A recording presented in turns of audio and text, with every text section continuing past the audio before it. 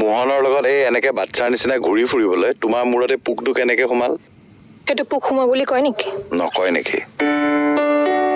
মোহন কি বস্তু গম পাবা, দুদিনমান ঘূৰাচোন, পাগল হৈ যাবা। পাগলী হলে বাৰু মোক কেনেকুৱা লাগিব? গম পাবা ৰবা।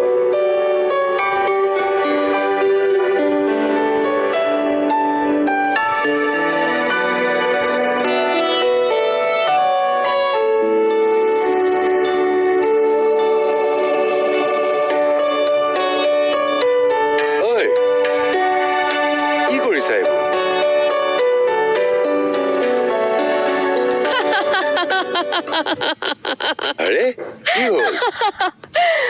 পাগলী।